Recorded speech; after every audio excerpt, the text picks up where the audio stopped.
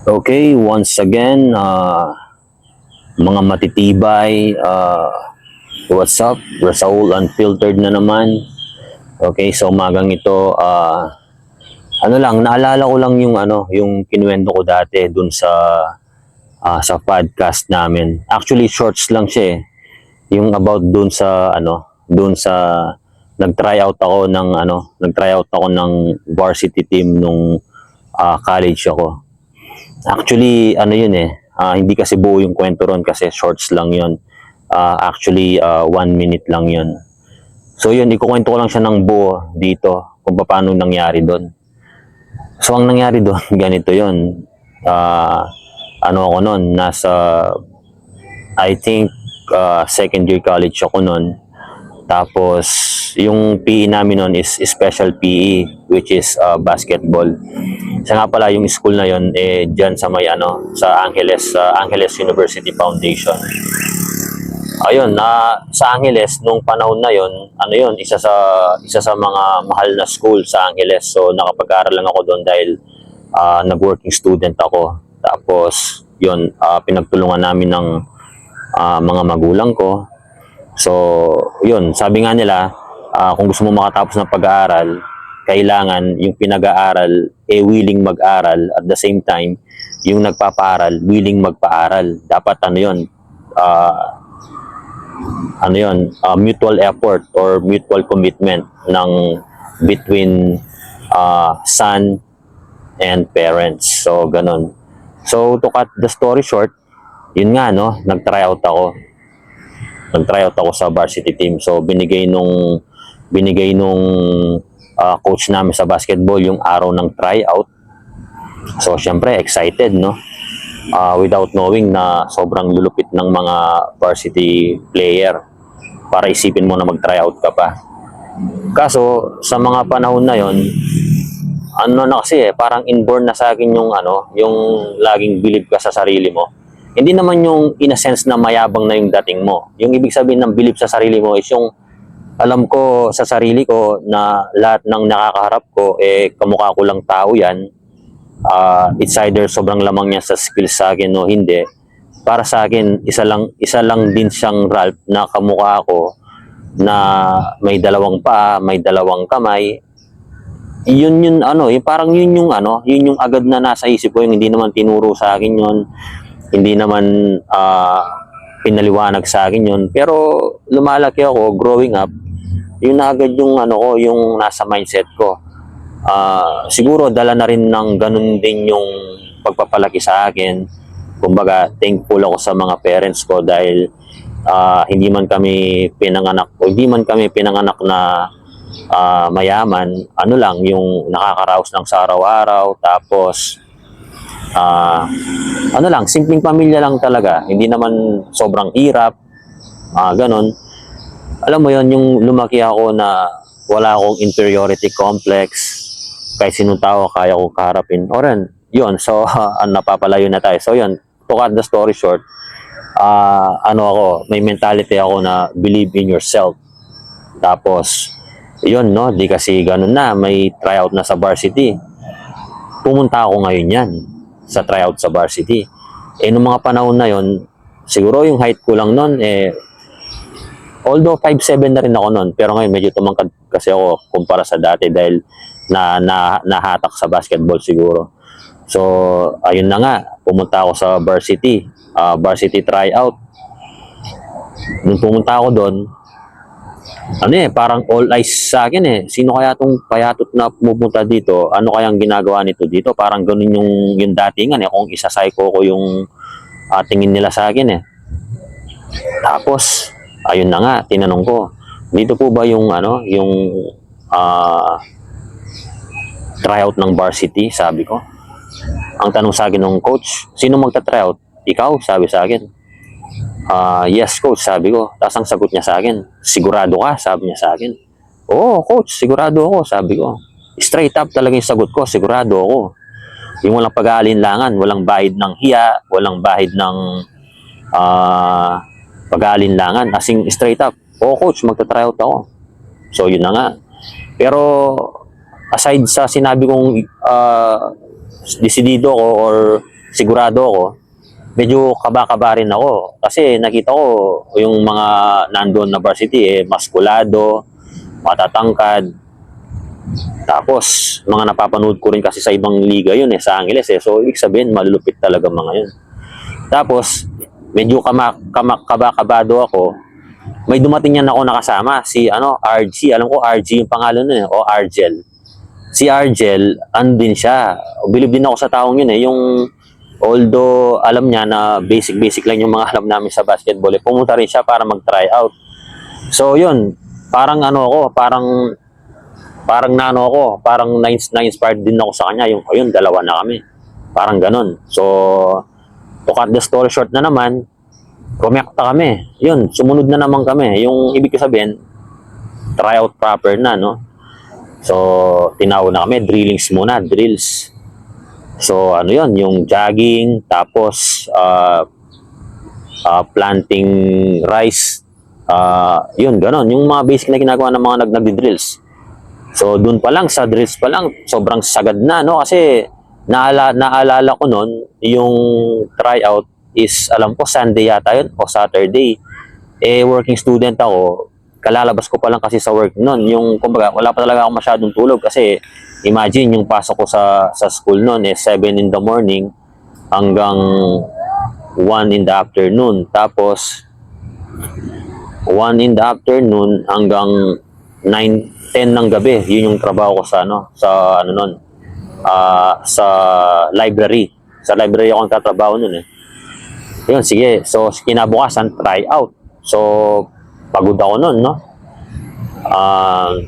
Ganon yung nangyari nun.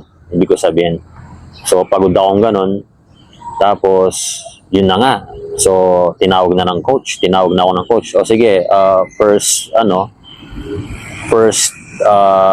task is, i-dribble ko daw yung bola from coast to coast na ginagwardyan ako ng isa sa mga point guard niya. So, kailangan daw maitawid ko yung bola na dinidepensahan akong mahigpit nung point guard niya, nung number 1 point guard niya. Alam ko nun, pangalan nun, Garcia Yun? Shooter yun. Tapos point guard. Tapos, yun, pinagwardyahan ako. Siguro, lang siguro ako, bilang ko pa yung dribble Siguro, wala man 10 dribble na nasulutan na yung bola. So, okay. O sige, okay, upo ka na doon, ganon. Tapos niyan, sprint na takbo from dulo to dulo, sprint na takbo. Tinakbo ko, no? Sa sobrang bilis ko, yung halos masusubsob ka pa sa sobrang bilis. Alam mo yun, yung ganong klaseng senaryo. Okay, check. Tapos, isa na naman, lateral na naman. Sa lateral, may oras din na minimit sa lateral. So, okay, no? Okay, lateral. Sige, nilista na naman yun. Ganon, assess. Tapos, yun na nga, no? Di kasi, to cut the story short, natapos na yung drills or yung tryout proper. Nakapag na rin kami, nakapag 5-on-5 na rin kami. Yung pala, yung sa 5-on-5 pala, yung nangyari is yung syempre mga varsity yun, no? Yung kapag pumapasa sila ng bola, yung malakas pala, pinasa yung bola sa akin, yung unang pasa sa akin, yung tumama pa sa tumama pa sa chest ko kasi malakas Yung hindi ako sanay na, syempre, naglalaro ako ng basketball, pero lang, yung pagyelo lang, mga ganun, hindi ko pa naman nakakalaro yung mga totoong varsity. Nag 5-on-5 kami, yung unang pasa sa akin, ang lakas, yung talagang nahawakan ko na yung bola na buo pero tumagos pa rin sa dibdib ko yung bola. Alam mo yun, yung ganung lakas na pasa. Tapos, sige, okay lang, diretso. Sige, 5-on-5. Nakashoot ako isang beses. Tapos, yung shoot pa na parang naawa lang yung ring, ganun. Yung hindi magandang pagkakashoot. So, yun. Natapos na yung training. Yun, natapos na yung training, no? Pati yung 5-on-5, natapos na rin. So, yun yan. Tatawagin na niyan kayo. Isa-isa. So, papasok ka dun sa parang cubicle kasi dun Ganun kasi yung nangyari sa amin nun. Hindi ko alam kung sa mga ibang nag-tryout, ganun din yung ginawa. So, kakausapin ka ni coach. Tapos yun, nung ako kinausap niya na ako, sabi niya sa akin, alam mo, sabi niya, hindi ako believe sa laro mo kasi alam naman natin na wala ka pa talaga doon sa punto na pwede kang mag-varsity, sabi niya sa akin. Pero alam mo, isa lang sa kinabiliban ko sa'yo, sabi niya. Yung ano mo, yung determinasyon mo, sabi niya sa akin. Yung lakas ng loob mo, yung bilib mo sa sarili mo, sabi niya sa akin. Yung sinasabihin mo ko na sasali ka sa varsity, hindi ka nga kumukurap yung sinasabi mo sa akin yun eh, na sasali ka, sabi mo sa akin. So doon pa lang bata, sabi niya, bilib na ako sa'yo. Kaya kung doon pa lang pwede na kitang ikat, sabi niya sa akin. Kasi unang-una, hindi ka pasado sa height, maliit ka, hindi naman point guard yung hanap namin. So doon pa lang pwede na kitang i-eliminate kung pwedeng bumalik ka na lang sa susunod. Pero hindi ko ginawa yun, sabi niya sa akin. Inalaw pa rin kitang mag-tryout, sabi niya. Gusto ko talagang makita kung hanggang saan yung ano, yung kumbaga, yung willingness mo, ganun. So, yun yung somehow nakamit ko dun sa tryout na yun. Hindi ako natanggap dun sa basketball, pero yung binigay na lakas ng loob sa akin noon at saka binigay na tiwala sa sarili ko, although hindi ako nakuha, at the same time yung mga magagandang sinabi sa akin ni coach, na hanggang ngayon dala-dala ko yun sa sarili ko, yung ganong klaseng sinabi sa akin ni coach na alam mo, Roldan, sabi niya, ipagpatuloy mo lang yung ganong mindset. Yung kapag may kailangan kang gawin, you just show up, sabi niya sa akin. Kasi half of the battle ng mga kinakaharap natin sa buhay, lahat ng mga nananalo na yan, sabi niya, ang unang ginawa lang yan is nag-show up, sabi niya. At saka na yung diskarte yan, palto ka pa, sabi niya sa salitang Kapampangan. Palto ka pa, Hana.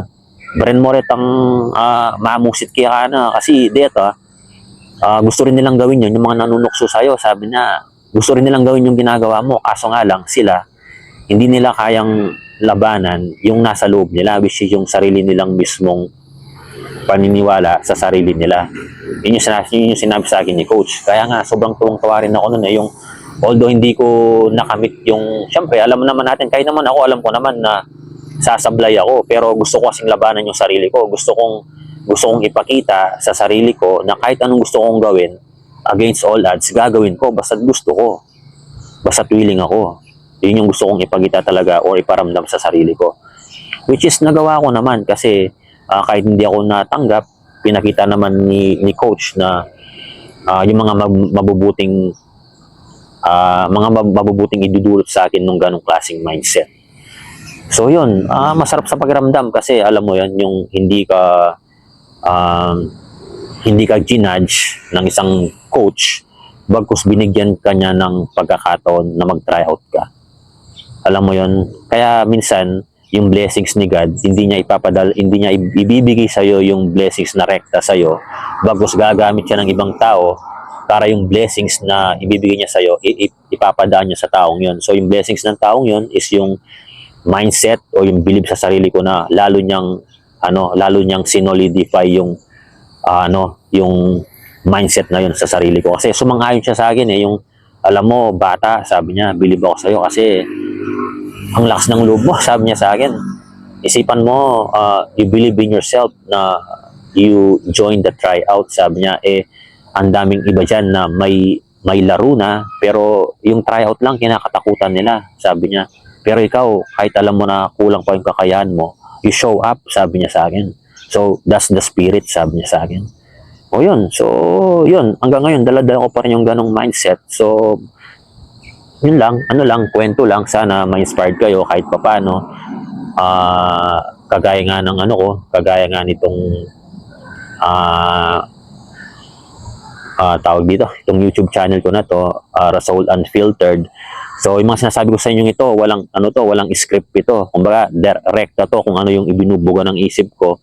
Yun lang yung sinasabi ko sa inyo. Kung ano yung on the spot na naisip ko, true heart, sinasabi ko sa inyo. Kaya parang lang to talaga, parang kwentong barkada na unfiltered, hindi pinag-aaralan, kusang bumubuga ayon sa isip mo at saka ayon sa puso mo. So, yun, yung matututunan mo dun sa sinabi ko, somehow kahit papano, believe in yourself. Huwag mong isipin yung sinasabi ng ibang tao. Wala yan. Sabi nga ni LeBron James, marami nagko-comment sa'yo na wala naman sila sa same position na nasa same position mo. So, hindi sila pwedeng mag-comment. So, pwede silang mag-comment. I-absorb mo lang yung maganda, itapon mo yung negative. Ganun lang yung dapat mong gawin doon. So, yun, no? Believe in yourself. Half of the battle begins when you show up. So, yun. Alright, Rasaul Unfiltered, yeah.